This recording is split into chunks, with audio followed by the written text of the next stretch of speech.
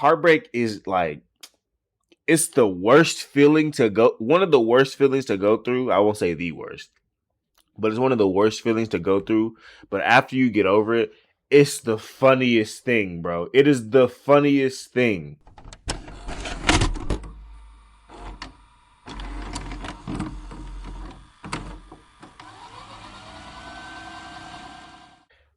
I'm on that like white on rice, as the black folks as the black folks say. I'm on that like white on rice. Okay, first things first. Who FaceTime me? I don't know. Second thing second. Let me make sure that everything's on the up and up. I have plans that I cannot share with you because the haters will sabotage. I have plans that I cannot share with you because the haters will sabotage. I have plans that I cannot share with you because the haters will sabotage. I have plans that I cannot share with you because the haters will sabotage. Look, it's Monday Fun Day. All right, hopefully your weekend was swell. I know for college football fans, we up. We up. You know, for NFL fans, I don't even know what's what because it's Sunday for me, so I haven't watched any NFL later or recently. I'm a bit hungover. Not going to lie to y'all. Not gonna lie to y'all. Last night it was one of my friends' kids' birthdays, and I'm tired. And I'm tired. It was one of my friend's kids' birthdays. She turned 5, so I went to that. But afterwards, we had a little cake back at the house. You know, drank. And so yeah, I'm a little hungover, but we move. We're gonna jump right into this Reddit story time.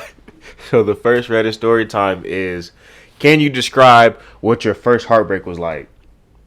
I know what mine is, but we're gonna go through some of this. All right. So first things first. Flow sick, no nurse.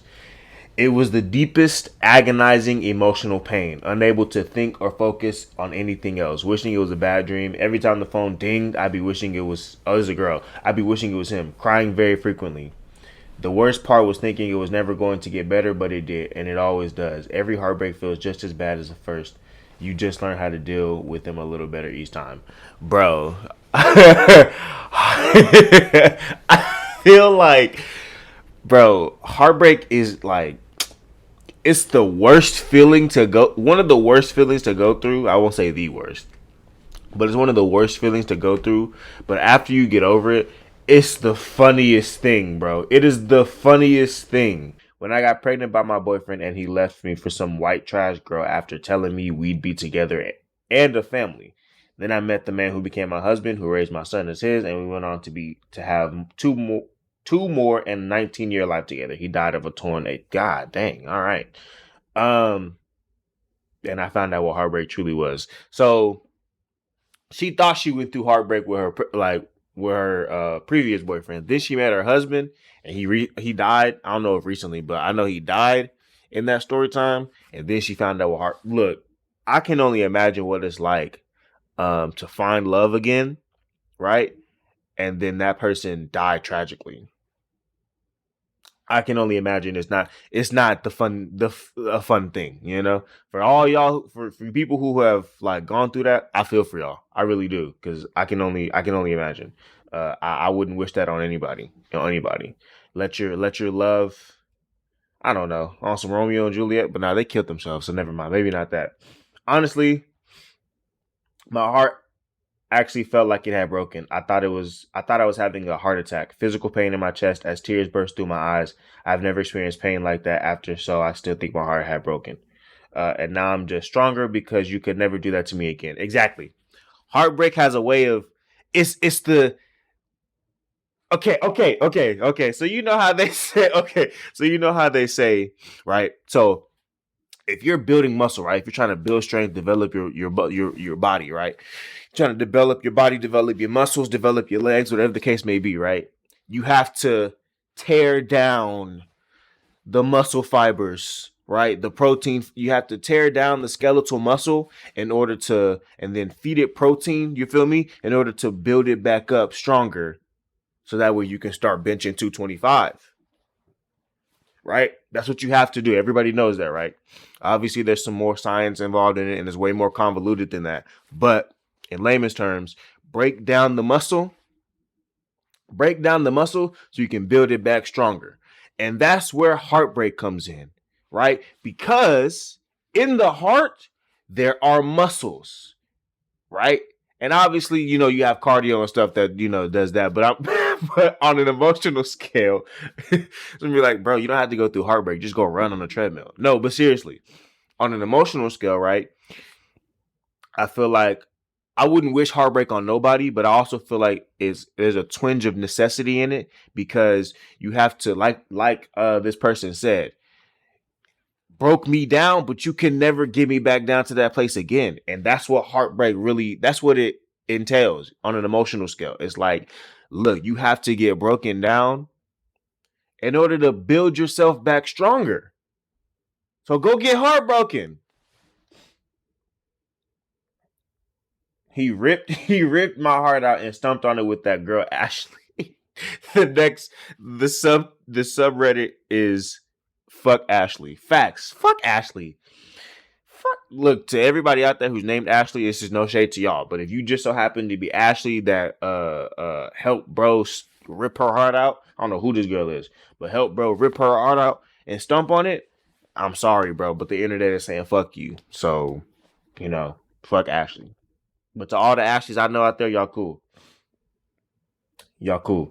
I thought I'd had my first heartbreak, but it's nothing compared to what I've been through this year. Finding myself crying often, especially when something, you know what I feel like? I was like, yeah, it's as women. I was like, this is all just women. This is all just women. As someone who was broken up with 2 months ago, I don't know about heartbreak, but I have a general feeling of sadness underlying everything. I could be out with buddies having a drink and a laugh, but somewhere deep down is a sadness that she's no longer a part of my life. Facts, bro. There's some guys out there who bro, who after like 1, 2, maybe even 10 years, they're still kind of like, I wouldn't say caught up, but like it still lays with them, right? There's still an underlying, like bro said, there's still an underlying feeling of sadness. All right, men have read it. How much heartbreak changes you? How much heartbreak changes you? I feel like it only takes one true heartbreak, right? I feel like it only takes, if it's the right heartbreak, because there's a lot of dudes out there who will perpetually get like go out and find love and get broken up with and be sad about it. But I feel like it only takes one true heartbreak, right? Like obviously, if you spend some time right, or a certain amount of time, not a certain amount of time, but like any amount of time with somebody, and you grow to know them, and then y'all split, it's gonna be a twinge of sadness. And there are some guys out there, some people out there who just chase that, right? But I feel like I feel like it really just takes the one heartbreak to be like, the one genuine heartbreak to be like, oh, this is what it feels like. Why would I chase that again? I'm coming up on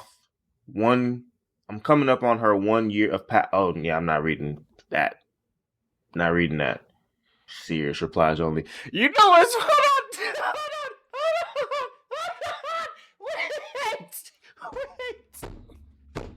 Wait. You know what's funny about Reddit is people really genuinely looking for help on this.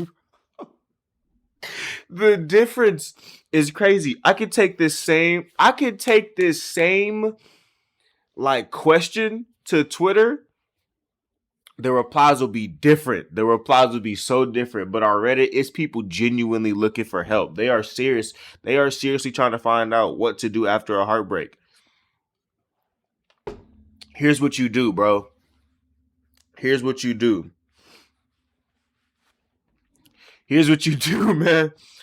You take the timeline is going to be different. And honestly, you got to realize that the timeline is going to be different. My timeline it took about the better half of a year, I want to say, to be completely moved on and over everything.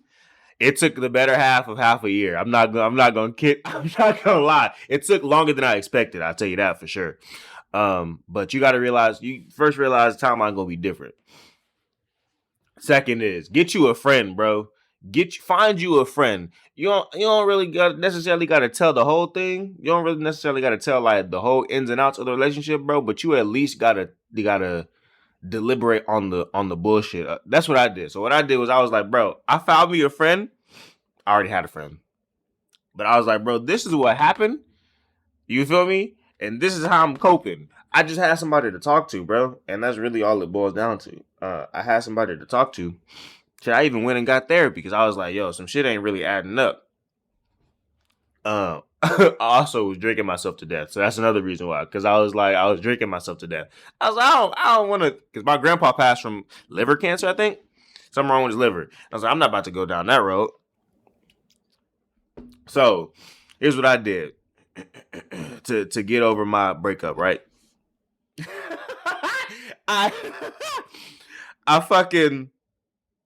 got me a couple friends, right? I got me a couple friends. I played the shit out of my guitar. I picked up hobbies galore. Look, this Paul Walker GTR, I picked up hobbies galore. You feel me? I picked up hobbies galore. And I was like, look, fuck a breakup. I got to spend my time doing something else. I went straight to the gym. I didn't pass go. I think the week of my breakup, a week after my breakup, I went and signed up for a gym membership that I had through my job. I was like, bro, I found, because it was a whole bunch of feelings, right? It was a whole bunch. Anyways, I'm divulging. But anyways, here's what I did. I found me somebody to talk to, bro. I found me either a therapist, right? And my therapist was like, yo, just go ahead and then divulge that information to your friends, right? So you can open up a little bit more. So I opened up to my friends a little bit better, right? To my family a little bit better.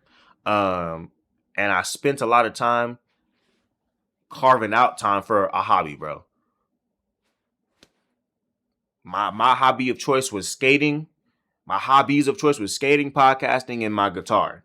So I spent time literally just pouring all of my energy into that, into those things that I was like, into those things that I wanted, right? I put more focus into my job.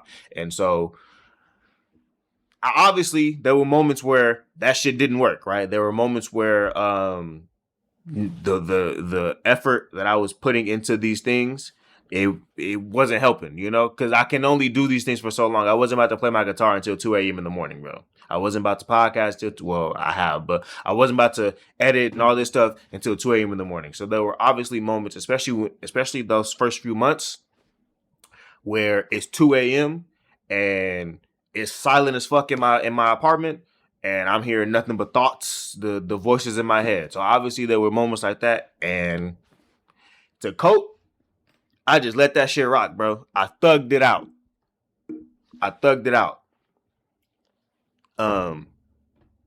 And what for me, that whole thugging it out thing is basically just allowing that shit to pass over, realizing that it's going to pass, and then waking up tomorrow and, I don't know, doing something different, right? Finding a new outlook on life, realizing what that relationship was, and then being like, it's in the past now, right? and moving forward, getting some money in my pocketbook. Cause boy, I was up. That I'm not gonna lie to you, I was up in 6 months. After that 6 months period, I looked at my bank account and I was like, damn. I looked at my net worth actually, and I was like, ooh, we up. So hey, I chased that bag. There's not really there like, but again, that timeline is gonna be different, bro. For some people, it's gonna be 10 plus years. And that's just because I feel like people like to hold on to small things, right? There were moments where I was like, yo, this really reminds me of her. That's fine. That's fine. You know? That's really fine. It reminds me of another relationship I had, but it's like, that's fine. It's reminding me of you. Cool. And now I'm going to push that shit to the back of my mind and move forward. Because now I know shit remind me of nobody. So, but there was times for sure where I was like, oh, am I over it? Like in the first beginning stages, I was like, yo, am I over it? And then something else will happen. I'm like, damn, I guess not.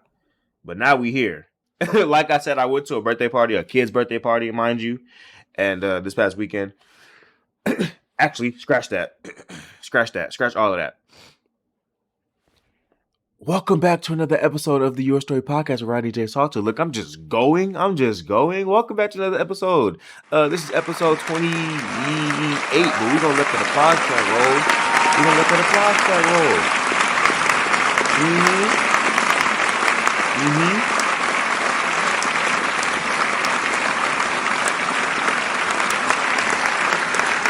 So,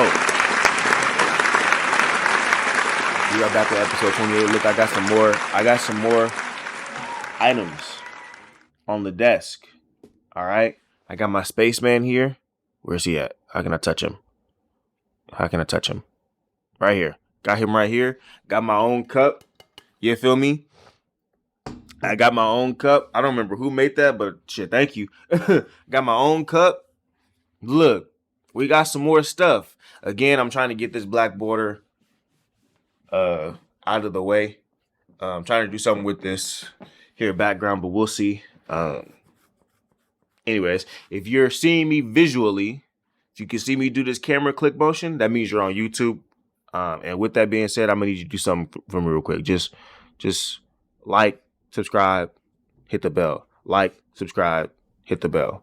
Do that right there. I'm gonna let that play for real quick, but I need you to do that. I need you to like the video so that way it can boost in the algorithm and people are like, yo, go check out these story times. You feel me? And then subscribe so that way you can see the backlog, you know, because there's a backlog of everything. You feel me? And when you subscribe, it just throws it all in there. Right? It just throws it on your For You page of YouTube. So just go ahead, hit the backlog, hit the subscribe button. And then you also got to hit the bell. Because sometimes, right, I know especially for me, I don't really be on YouTube for real. Right, I like when my favorite people upload, I hit the bell, but sometimes it don't be ringing. So just hit the bell on there, you know, and just make sure that you know when I upload. Like I was saying in previous episodes, you'll get an episode every Monday, right? Every Monday fun day after your weekend, you'll see me. If you're listening to the smooth, sultry sounds of my soothing voice, that means you are on Spotify. And with that being said, go ahead, do me a favor and hit the follow button. Okay, leave a rating. 5 stars is preferable, but whatever you got to say it with tu corazón. I'll accept it. You know how I know how people are these days. And then also hit the bell, because the same way with YouTube where you have to hit the bell to know when I'm uploading, you also got to hit the bell on Spotify to know when I'm uploading. It's every Monday, usually 8:30, but for sure every Monday. But with that being said, look, thank y'all for joining me. Thank y'all for letting me take up your lunch break, your afternoon, decompression from work. You feel me? You're going into your dinner date because, like I said in previous episodes, don't play me on your dinner dates because that's kind of weird, bro. I don't want to hear the macaroni and cheese that you munching on, the pasta linguine that you munching on. I don't care. But if you're listening to me at all, if you decided you wanted to click this video, you're very much appreciated. But with that being said, I kicked off this story time earlier when I was going through my weekend. I just finished up going to a kid's birthday party, and the venue was a bit nostalgic. The venue was a bit nostalgic. So she had her birthday party at Chuck E. Cheese. Bro, I'm not gonna lie to you. Ever since Five Nights at Freddy came out, I want to go back to a Chuck E. Cheese since. And I know they don't have the animatronics anymore. I know that. I know they don't have that anymore, but it's still like, or most of the Chuck E. Cheese chains don't have them, but it's still like, nah, man. Cause, bro, when I was a kid, Chuck E. Cheese scared the shit out of me. I'm not gonna lie. That fucking rat scared the shit out of me, bro.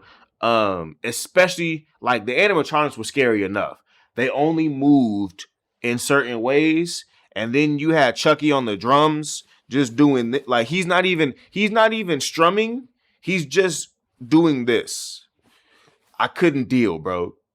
I really couldn't deal. Like and he had a whole band. Y'all remember the Chuck E. Cheese band? It was who was it? It was him. It was basically Five Nights at Freddy, bro. It was him. It was Chucky.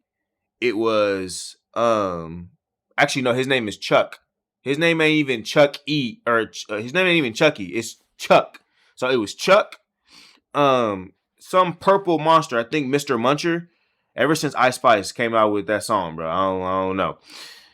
Mr. Muncher. It was some bird, and then it was some guy with pizza, bro. And he was on the drums, I think. No, or was it the purple guy? One of them two was on the drums.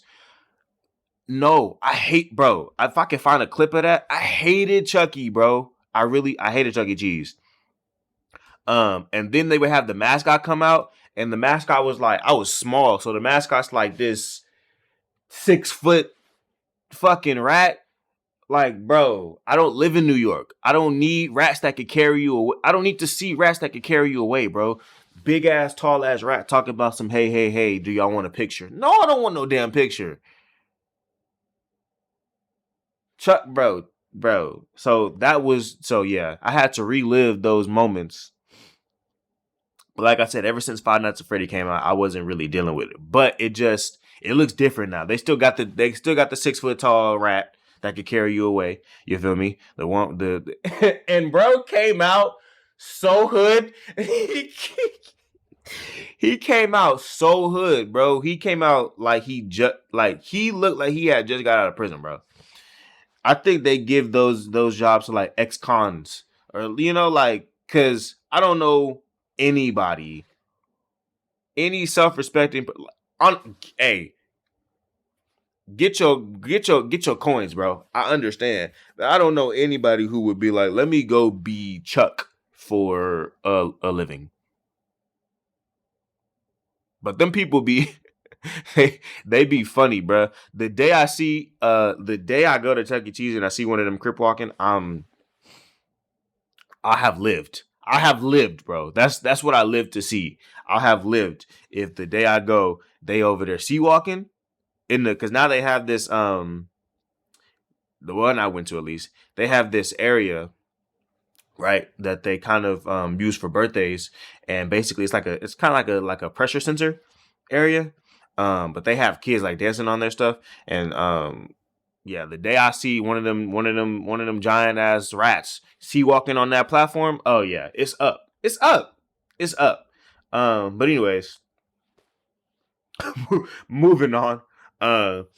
So again, Suits is gonna be a part of my life, bro, because I'm nearing the end. I'm on season 8, I believe. There's only 8 seasons. Lo and behold, I'm on season 8, and it's getting a lot more like, man, they done went to therapy. They done went to like, it's gotten a lot more soft. Let's to keep it, blunt. It's gotten a lot more soft. Like everybody's done either gone to therapy or gotten married, or they're talking about feelings more, and it's like,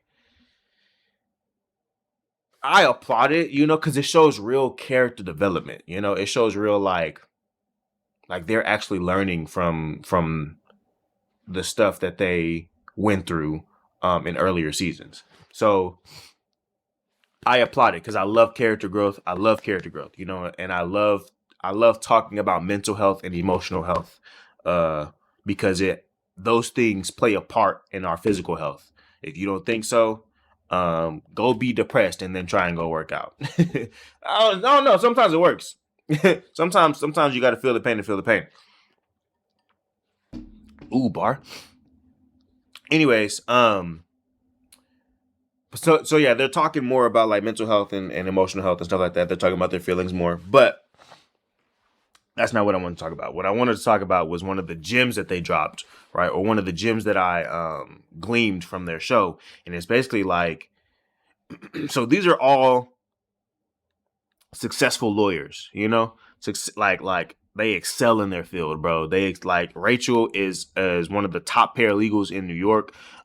Jessica is a managing, by this time she's not, but she's a managing partner, or was, she's a name partner. Harvey, name partner. Lewis, name partner, who's had the most character development. Lewis Lit is a fan favorite, bro. He's not my favorite, but because sometimes he be pissing me off. But anyways,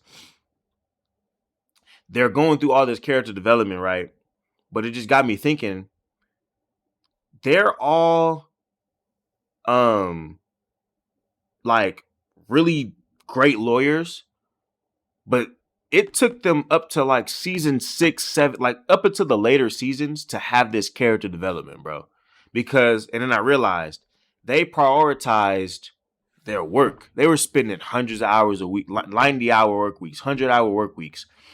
They prioritized their career over relationships, over time at home, sometimes over physical and mental, emotional health. Like, they prioritize these things to get to the top of their field. And now they're at the top of their field and they basically have to play catch up with all of these different things, right? Harvey's just now reconciling his relationship with his family, right? So he prioritized his career over his entire family. He's just now getting around to being like on the forgiving, like, he's just now getting to the point of his life where it's like, I've done all I can do here. Now it's time to reconcile this. But sometimes, right, in life, you don't get that chance. Sometimes in life, when you prioritize other things, you don't get the chance to then fix what you put on the back burner over here. So for example, if I'm prioritizing, like in the case of Suits, they're prioritizing their law career, right?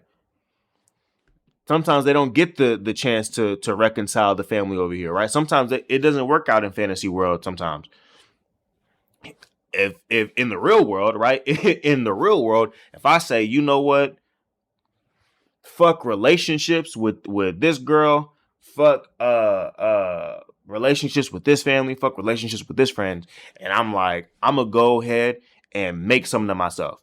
Right, I'm gonna make a name for myself in this career. Not saying that that's a bad thing, right? I'm not saying that that's a bad thing. I am just saying you prioritize option A over option B, C, and D, right?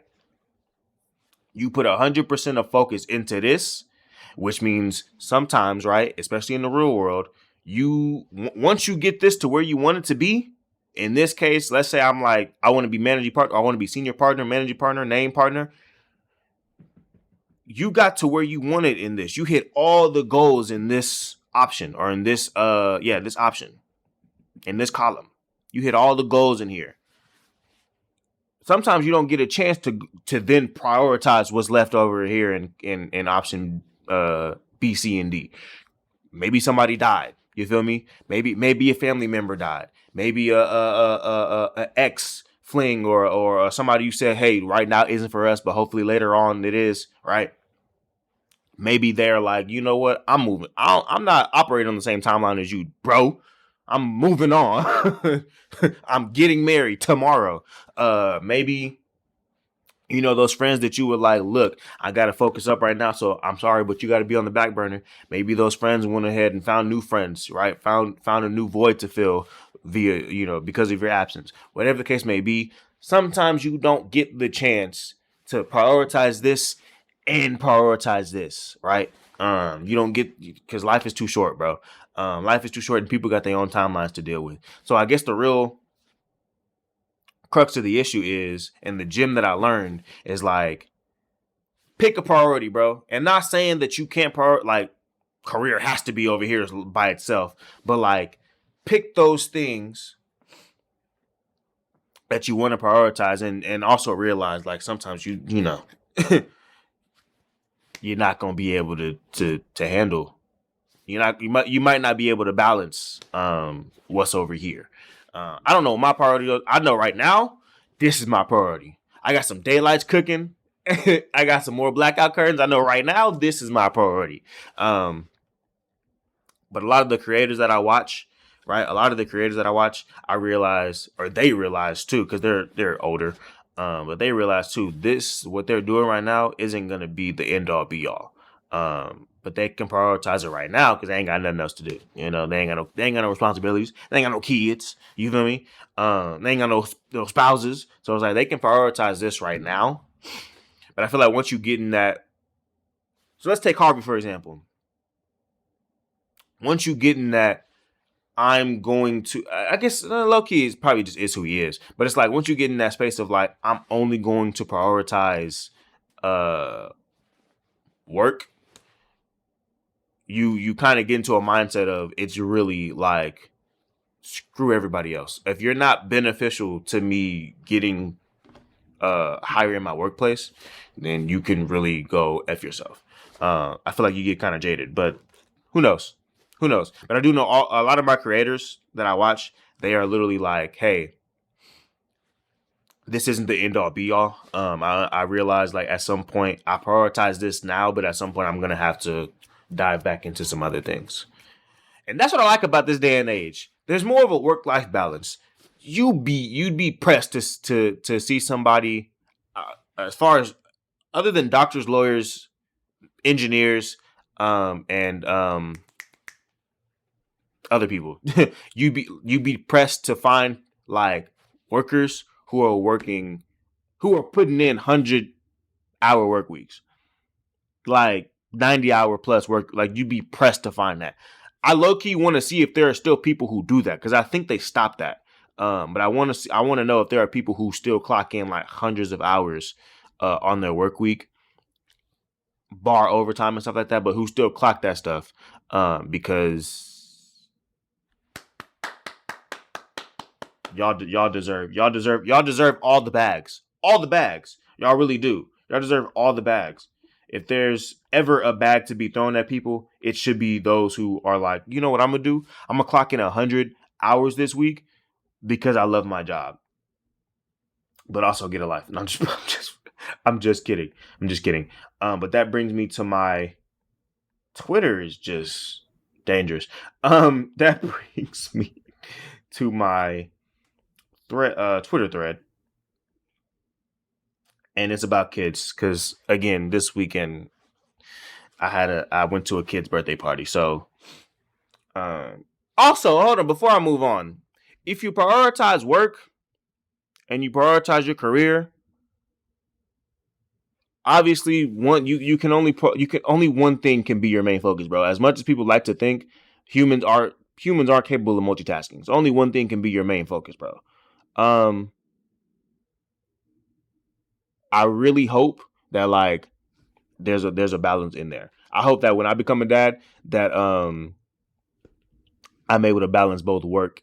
I hope that when I'm a dad, I won't have to juggle between balancing my kids, balancing raising my kids versus balancing I hope I won't have to juggle that. I hope by the time I have kids, work is just work. And I don't even have to go if I don't really want to. Anyways, on to the Twitter thread. I guess this is like laughing at your children because let's be honest, bro. Kids be doing funny stuff. They be doing funny shit. Hilarious shit. My nephew, hilarious. They be doing the funniest of stuff. The kid's birthday party that I just went to, she's a comedian low-key. Anyways, Twitter thread. It goes off by saying this. The tweet. My child is crying because her Pokemon are too weak. And one thing nobody ever told me about parenting is how hard it is not to laugh at your children. See, here's the thing, bro. You have to look at them dead in their bones while she's sitting there crying, talking about my Charizard, my Pikachu, my what else? I don't look, bro. I played Pokemon, but it's been a minute. My Onyx, my almost called that thing Gertrude. What's the goddamn water Pokemon that Magikarp turns into? What is he? The blue John. Gyarados. There we go. My Gyarados, my Kanto region Pokemons, they all suck. And you have to look them dead in their bones. Dead in their bones and be like, mm-hmm. I hear you. Well, here's what you can do instead of bursting out laughing. Look, I promise you, if I ever went to my mom, because I play Pokemon, I play Yu-Gi-Oh when I was younger. If I ever went to my mom talking about talking about some my blue eyes white dragon was too weak, I lost the battle, I promise you she'd laugh. I promise you she'd laugh. I'm white on the inside. Look. Okay. My youngest son whale cried for a solid 5 minutes because he accidentally told Linus, "Yes, it's disgusting," in response to him digging through trash in Stardew Valley and was afraid Linus wouldn't be his friend anymore. I was unprepared. Yeah, you have no preparation for kids coming and being like, bro, kids love to threaten that. Kids love to threaten, I'm not going to be your friend no more. I can't even lie. I threaten that to my siblings. I threaten, I'm not your friend no more to my siblings. They probably like, nigga, I don't care. But whenever they would threaten to like, I'm gonna go to mom about this, or I'm like, because we would get snacks, right? Obviously.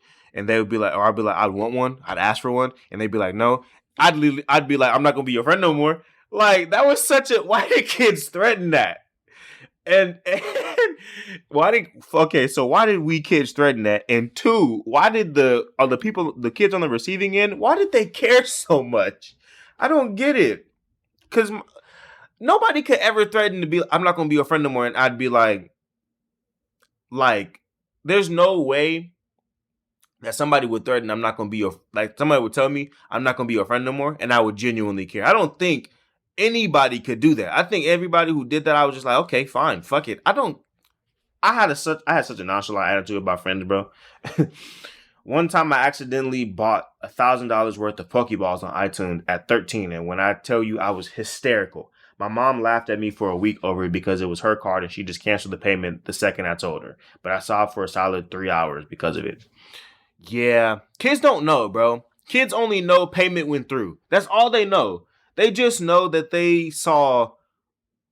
They just know that they saw. I tell you right now, my mom would not be laughing. Yeah. That's a white bread. I tell you right now, my mom would have not been laughing, bro. My mom would have beat the shit out of me. At 13, I guarantee it.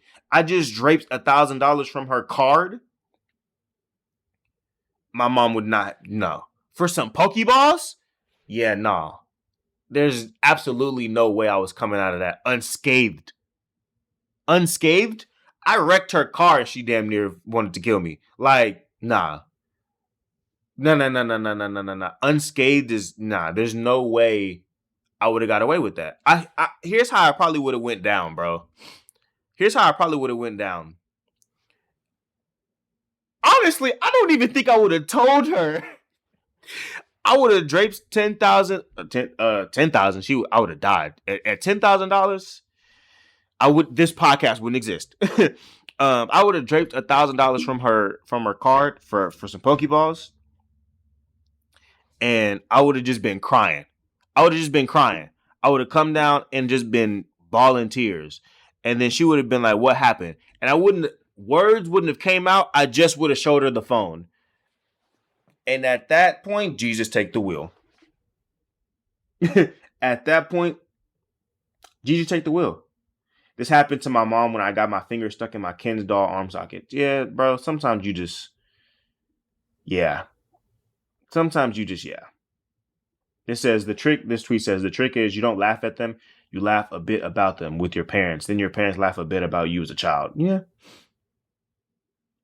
Yeah.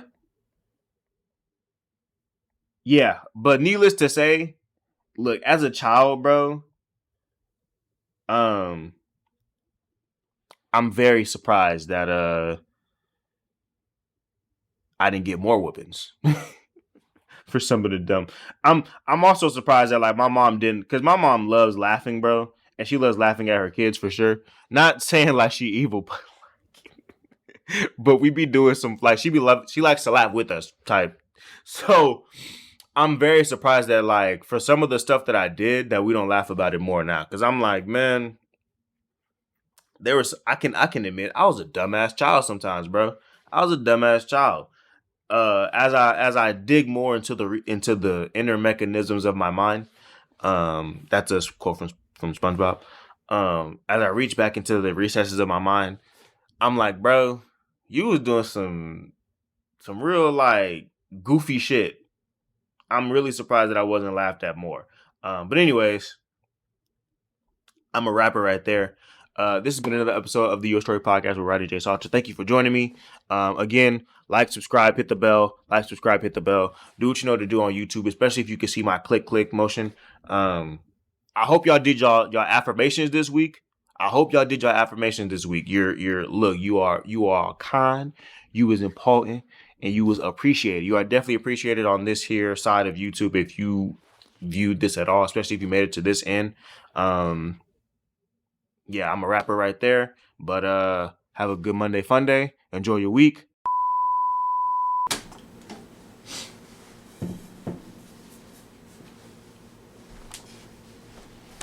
And I'll see you in the next one.